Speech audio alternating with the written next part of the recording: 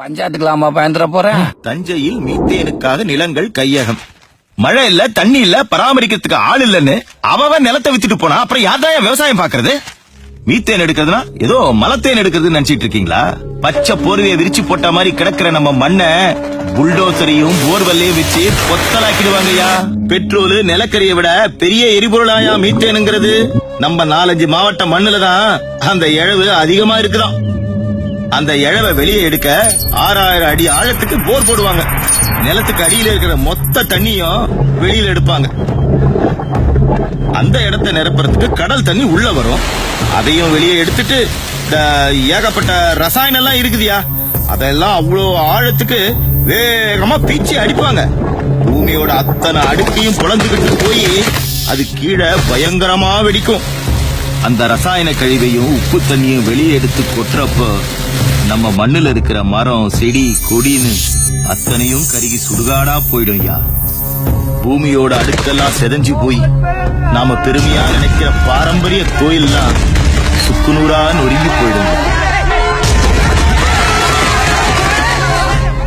ஊருக்கே சோறு போடுற நம்ம மண்ணு உப்பளமா மாறி போயிடும்.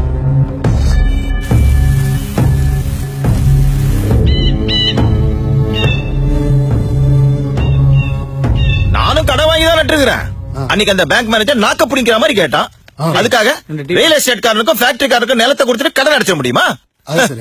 சோத்துக்கு வர எதை திங்க போறானுங்களோ. மாஸ்டர், ஒரு வடை ஒரு டீ.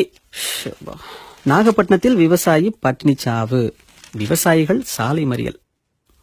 ஆமா, இந்த விவசாயிகளுக்கும் வேற வேலை இல்ல, பேப்பர்காரங்களுக்கும் வேற வேலை இல்ல. பட்டினி சாவாம் பட்டினி சாவு. மாசத்துக்கு 20 கிலோ அரிசி தராங்க, அதை வாங்கி திங்க வழி இல்லாம எப்படி சாக முடியும்? சும்மா பரபரப்புக்காக எதையாவது பண்ணிட்டு அப்புறம் பஸ் மறிக்க இறங்கிறாங்க. வெட்டி போய் எதுக்கு சட்டையை பிடிச்ச? உன் சட்டை பிடிச்சது உனக்கு பெருசா காயமாயிடல, நாளைக்கே செத்துற மாட்டேன். ஆனா இத்தனை பேர் மத்தியிலும் சட்டை பிடிச்சிட்டேங்கிற அவமானம் இருக்கல்ல, அது உன்னை சாகடிச்சிடும். சாப்பிட வழி இல்லாம சாகறதுக்கு பேர் பட்னிச்சாவு இல்லடா. 4 பேருக்கு சாப்பாடு போட வழி இல்லாம போச்சேன்னு நினைச்சு சாவுறோம் பாரு, அதான் பட்னிச்சாவு. எங்க சாவுக்கெல்லாம் நீங்க பெரிதாப்பட வேணா, ஆனா பழிச்சு பேசாம இருங்கடா, அது போதும்.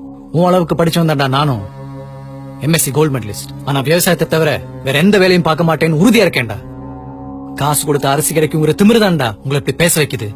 நேத்து செத்து போன நாகப்பட்டினம் விவசாயிக்கு 15 ஏக்கர் நிலம் இருக்குடா. ரியல் எஸ்டேட் அது இதுன்னு வித்திருந்தா கூட வாழ்க்கை முழுக்க உட்கார்ந்து சாப்பிட்டு இருக்க முடியும். ஆனா இதுக்கான சோத்தை போட முடியாம போச்சேன்னு தான் தொங்கி இருக்காரு அவரு. போடா.